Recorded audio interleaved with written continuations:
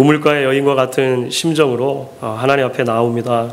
하나님께서 이 시간도 우리의 마음의 잔을 높이 들 때 하늘의 양식으로 채워주시기를 기대하며 소망합니다. 하나님 말씀을 펼쳐 들을 때에 하나님께서 이 시간에 친히 말씀하여 주시기를 소망하고 부족하고 연약한 설교자를 뚫고 하나님께서 사랑하는 백성들을 만나주시는 복된 시간이 되게 하여 주시옵소서. 주께 감사드리며 예수님의 이름으로 기도했습니다. 아멘. 2014년도가 벌써 이제 2월로 접어들었습니다. 2월 달부터 본격적으로 이제 대신방을 진행하게 됩니다. 이번 대신방을 통해서 우리 여러 성도님들 더 가까이에서 뵙고 또 하나님의 은혜를 함께 나눌 수 있는 그런 시간이 될 수 있기를 소망하면서 굉장히 설레는 마음으로 제가 지금 대신방을 준비하고 있습니다. 여러분들도 막 설레시죠? 예, 여러분들의 얼굴 가운데 설렘이 잠깐 스쳐가는 것을 보고 제가 안도의 마음을 가집니다. 신방을 준비하고 계획하고 이렇게 하다 보니까 자연스럽게 2년 전에 제가 처음 부임했을 때 여러분들의 우리 직장과 또 가정 신방했던 기억들이 이제 새롭게 나는 것 같습니다. 가정 신방을 하면서 우리 여러 성도님들을 가까이서 뵙고 참 많은 말씀들을 나눌 수 있었던 것 같습니다. 부임한 지 얼마 안 되는 그런 이 목사인데도 불구하고 마음을 열고 여러분들께서 참 많은 이야기들을 제가 방문할 때마다 나눠 주셨던 것 같아요. 그래서 그 기억이 참 좋은 기억으로 지금도 남아 있습니다. 또 우리 성도님들의 사업터를 방문하고 또 직장을 방문하면서도 참 좋은 기억들이 있습니다. 특별히 우리 성도님께서 살아가시는 삶의 현장을 직접 방문하는 것이니까 참 좋았습니다. 특별히 이제 그렇게 직장을 방문하면 제가 깜짝깜짝 놀라는 것이 있었습니다. 왜 그러냐면 직장에서 또는 가게에서 일터에서 우리 성도님들을 뵈면 굉장히 새롭게 보이는 거예요.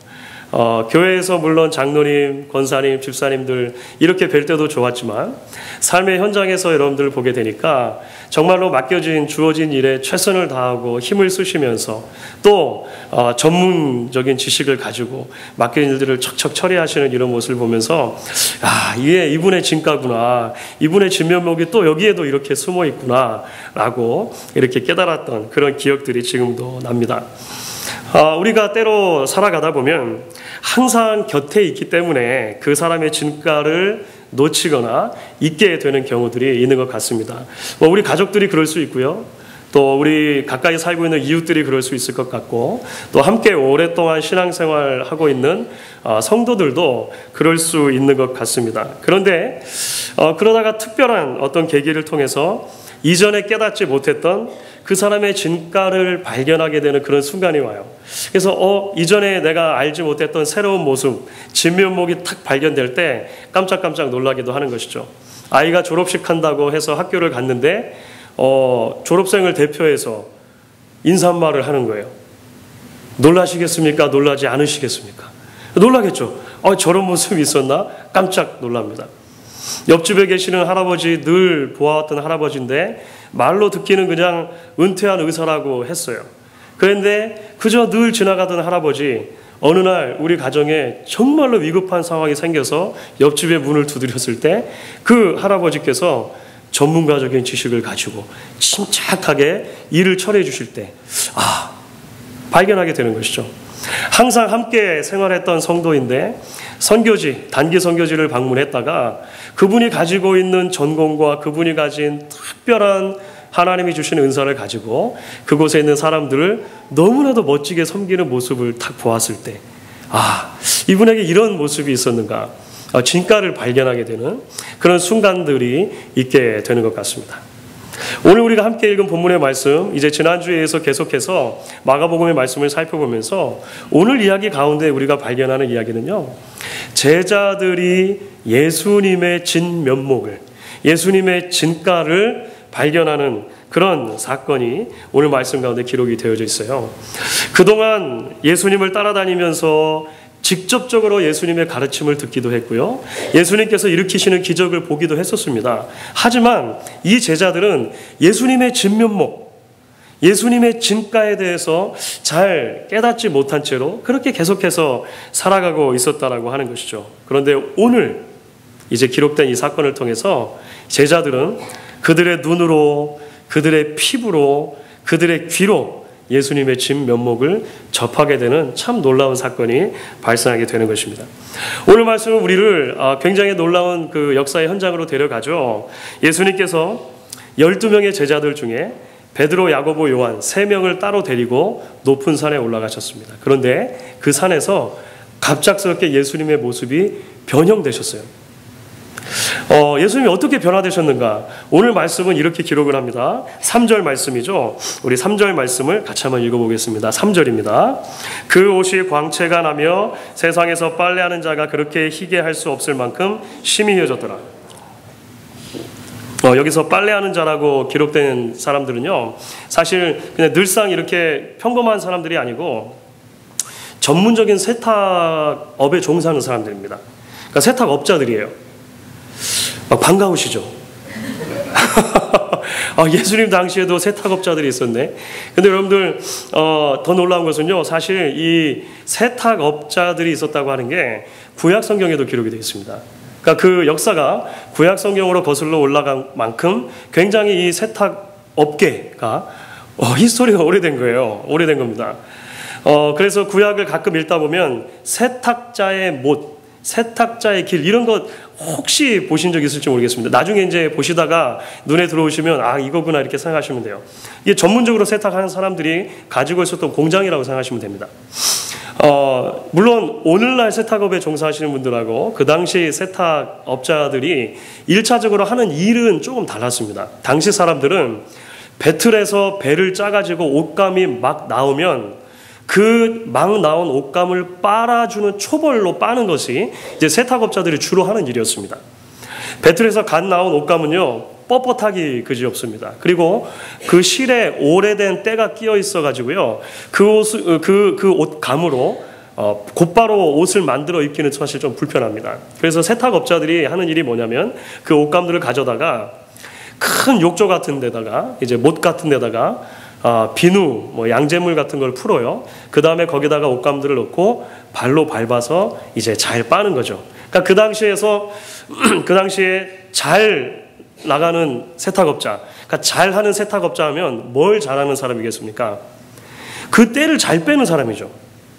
그렇죠? 오늘날에도 스테인을 잘 빼시는 전문가, 또는 물이 색깔이 빠졌을 때 잘 메이크업, 크레용 같은 걸로 하시는 전문가들 있으시잖아요. 어떻게 아냐고요? 나중에 여쭤보세요. 있으시지 않습니까? 자, 오늘 이제 3절 말씀이 그러면 뭘 말하는 겁니까? 이런 거죠. 예수님께서 입은 옷이 이 세상에 어떤 세탁업의 고수가 빨아도 비교가 안 될 만큼 하얗게 광채가 나는 옷으로 변했다는 겁니다. 그렇죠? 그러니까 비교가 할 수 없을 만큼 하얗게 되었다. 이게 이제 중요한 포인트라고 하는 거예요. 같은 사건을 기록하고 있는 마태복음의 이야기가 있는데요. 마태복음에서는 이제 아예 예수님께 변화가 일어났던 부분이 옷뿐만이 아니다, 이렇게 기록을 합니다. 마태복음 17장 2절을 보시면은요, 이렇게 기록이 되어 있어요. 저희 앞에서 변형되사 그 얼굴이 해같이 빛나며 옷이 빛과 같이 해졌더라. 옷만 변한 게 아니네요. 그죠? 얼굴도, 예수님 자체가 빛이 나는 모습으로 변하게 되었다라고 하는 것이죠. 해보다 더 빛난 밝은 빛을 상상할 수 없었을 거예요. 그러니까 이것도 마찬가지로 비교할 수 없을 만큼 가장 강렬한 빛으로 예수님이 빛나기 시작했다. 이렇게 우리가 받아들일 수 있을 것 같습니다. 예수님께서 변화하신 것을 제자들이 눈으로만 본 것이 또 아닙니다. 오늘 말씀을 보니까 그렇게 빛난 모습, 눈으로만 확인한 것이 아니고 다른 이제 그 감각들도 사용해서 제자들이 예수님의 변화를 경험하게 돼요. 7절 말씀입니다. 이렇게 되어 있습니다. 마침 구름이 와서 저희를 덮으며 구름 속에서 소리가 나되 이는 내 사랑하는 아들이니 너희는 저희의 말을 들으라.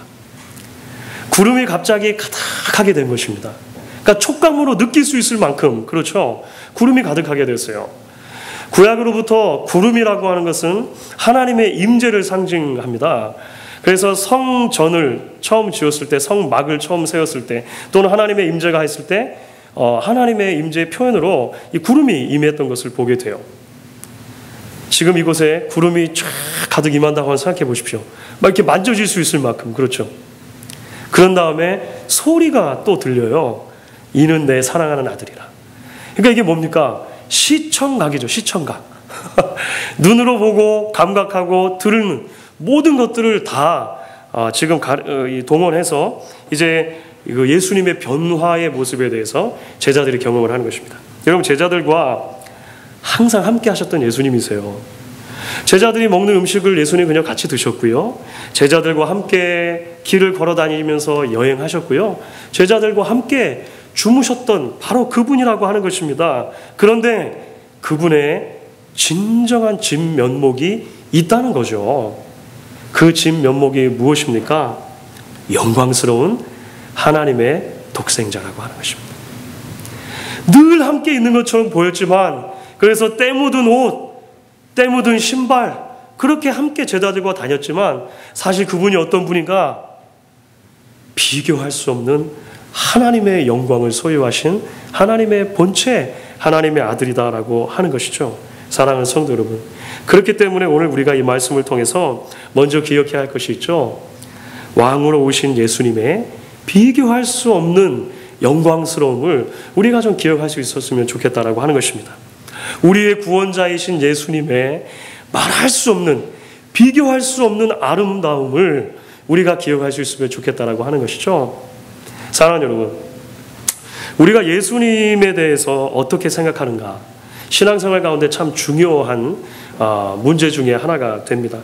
내가 예수를 어떻게 생각하느냐에 따라서 나의 신앙생활이 어떻게 결정지어지느냐가 달려있다라고 하는 것이죠.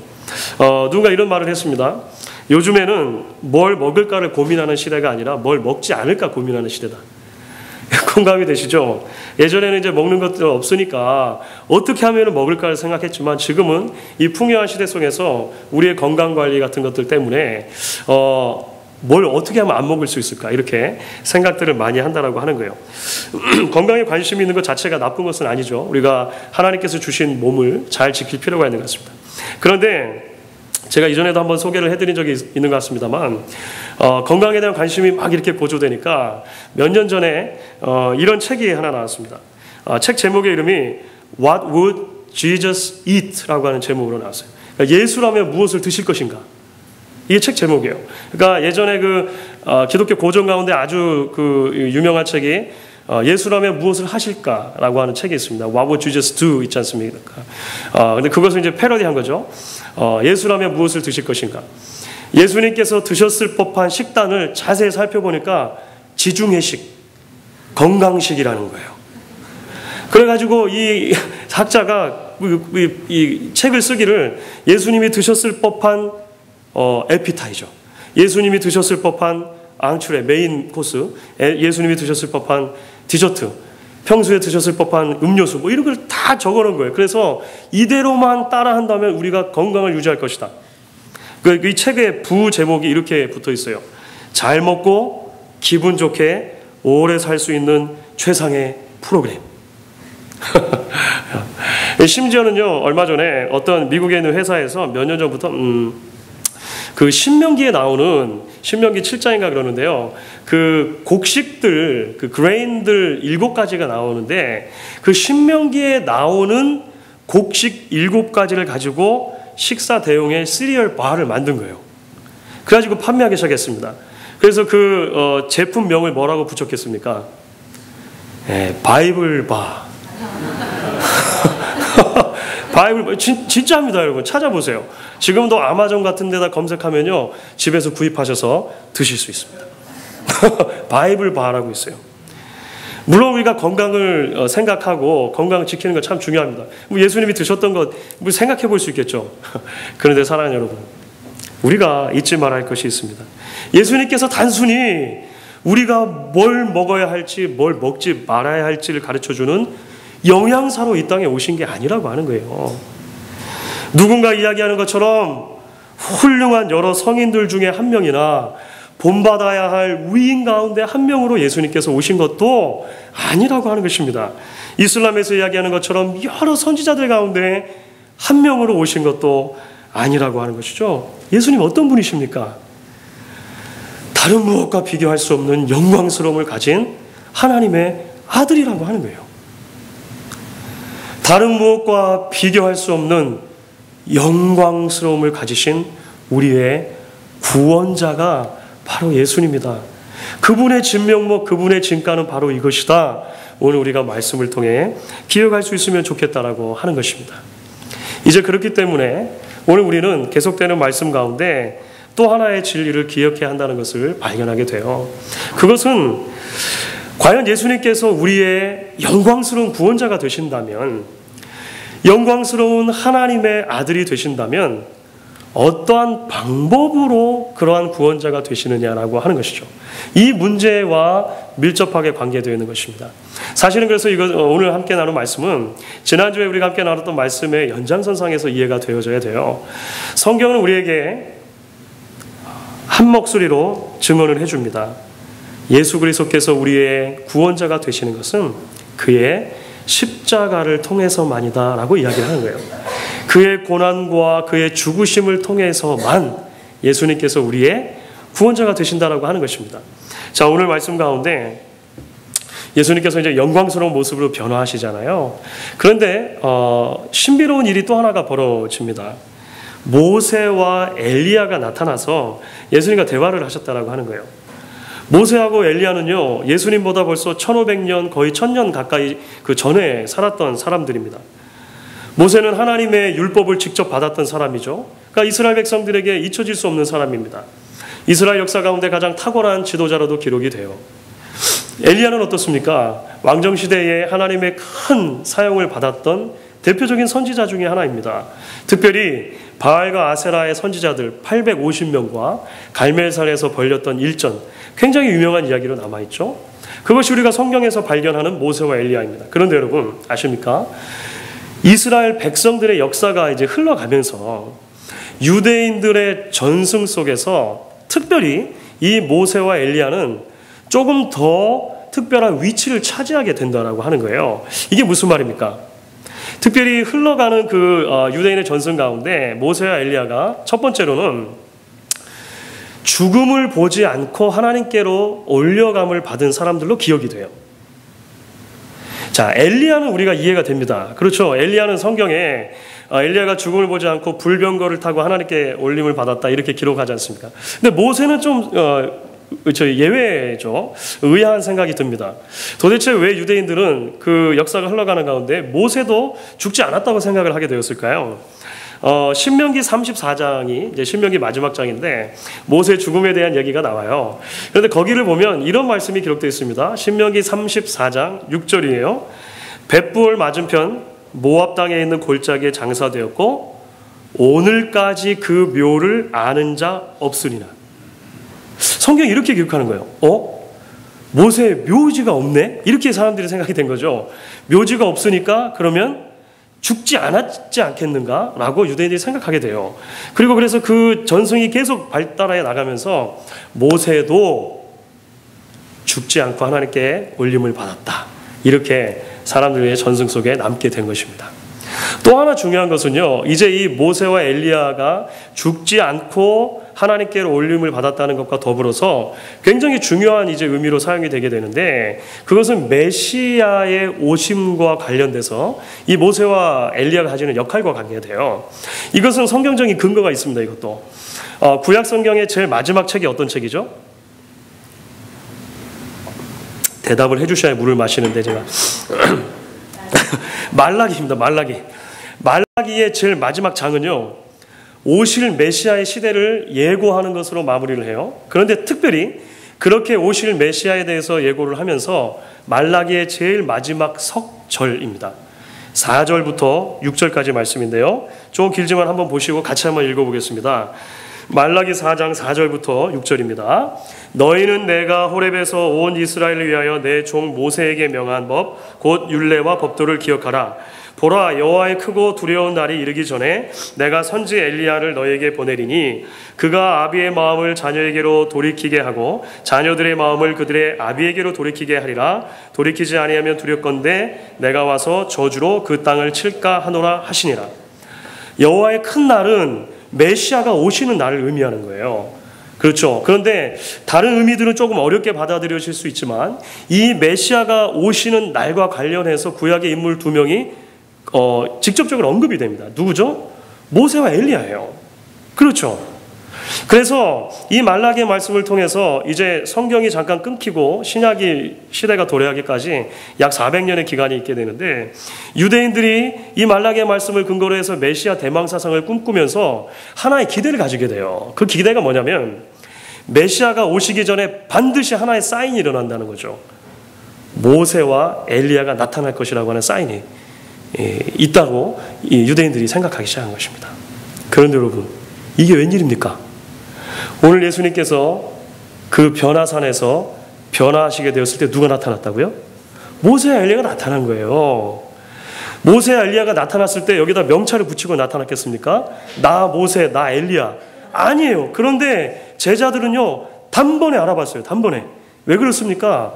그들이 가지고 있던 메시아 대망 사상 가운데 모세와 엘리야에 대한 사상이 있었기 때문에 알아본 거죠. 그리고 이 장면이 우리에게 이야기해 주는 것이 무엇입니까? 이 예수가 구약에서 그토록 이야기하고 유대인들이 그토록 기대했던 바로 그 메시아다라고 하는 것을 증명해 주는 것이죠. 지금 이 세 제자들은 정말로 역사적인 순간의 한가운데 있다라고 하는 것입니다. 그런데 사랑하는 여러분, 예수님께서 모세와 엘리야와 만나서 어떤 대화를 나누셨을까요?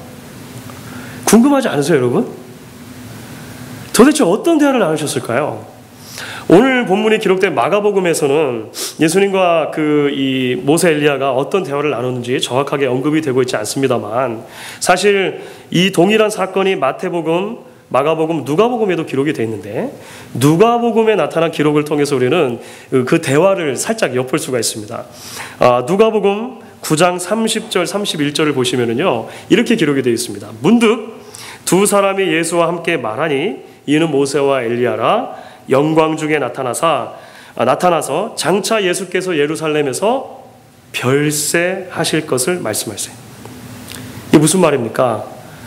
모세와 엘리야가 예수님과 무슨 대화를 나눴다고요? 그 주제가 예수님의 죽으심이었다고 하는 것입니다. 예수님의 죽으심. 예수님이 앞으로 예루살렘에서 어떻게 죽으실 것인가, 그 이야기를 이들이 나눴다라고 하는 거예요. 아까 말씀드린 것처럼 오늘 이 이야기는 지난주에 말씀드린 것처럼, 지난주에 나눈 것처럼 가이사랴 빌립보 지방에서 있었던 이야기에서 연결되는 말씀입니다. 가이사랴 빌립보 지방에서 어떤 일이 있었습니까? 예수님께서 제자들에게 최초로 드러내놓고 자기 자신이 앞으로 어떻게 될 것인가를 말씀해 주셨어요. 내가 고난당하고 죽고 부활할 것이다. 예수님께서 명백하게 말씀하셨습니다. 그런데 그때 베드로가 전에 없던 과격함으로 예수님을 꾸짖어요. 어떻게 이런 일이 있을 수 있습니까? 이렇게 얘기합니다. 왜 그래요? 메시아와 고난과 죽음이라는 단어가 매치가 안 됐다라고 말씀드렸죠. 유대인들이 가지고 있는 생각은요, 메시아는 절대 고난당하고 절대 죽으면 안 된다라고 하는 생각을 가지고 있었다라고 하는 거예요. 오늘 사실 이 변화산의 이야기는 앞으로 예수님께서 어떻게 부활하시게 될 것인가 하는 것을 미리 땡겨서 보여주는 역할도 합니다. 예수님께서 부활하시게 될 텐데 예수님이 부활하시면 어떠한 모습으로 부활하시게 될 것인가, 이처럼 영광스러운 모습으로 부활하게 될 것을 이야기하는 역할도 해요. 그렇기 때문에 그 예수님의 부활 안에서 예수를 믿는 사람들이 어떻게 영광스러움을 함께 나눌 것인가를 미리 보여주기도 해요. 정말 놀랍죠? 그런데 오늘 말씀을 통해 우리가 다시 한번 확인하게 되어지는 진리가 있는 것입니다. 그것이 무엇이냐면 예수님께서 이러한 영광을 경험하시기까지는 반드시 십자가를 지나셔야만 한다고 하는 거예요. 아까 말씀드린 것처럼 메시아가 온다라고 생각했을 때 유대인들은 두 명을 항상 떠올렸습니다. 모세와 엘리야라고 말씀드렸죠. 그런데 유대인의 전승 속에서 모세와 엘리야는요, 죽지 않았어요. 죽지 않았습니다. 그렇기 때문에 모세와 엘리야가 메시아가 오실 길을 예비하는 사람들이므로 그 길을 밟고 오시는 메시아는요, 더더욱 죽으면 안 되죠. 그렇습니까? 그렇지 않습니까? 그렇죠. 죽으면 안 되는 거예요. 그런데 하나님께서 놀라운 방법으로 이스라엘 사람들이 가지고 있는 이 모든 기대를 다 뒤집어 보시는 거죠.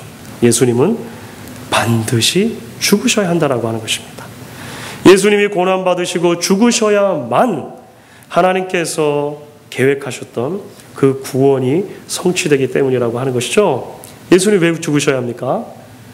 저와 여러분을 죄로부터 구원해 주시기 위해서 예수님께서는 고난받으시고 죽으셔야 한다는 것을 오늘 말씀이 다시 한번 우리에게 이야기를 해주는 것입니다.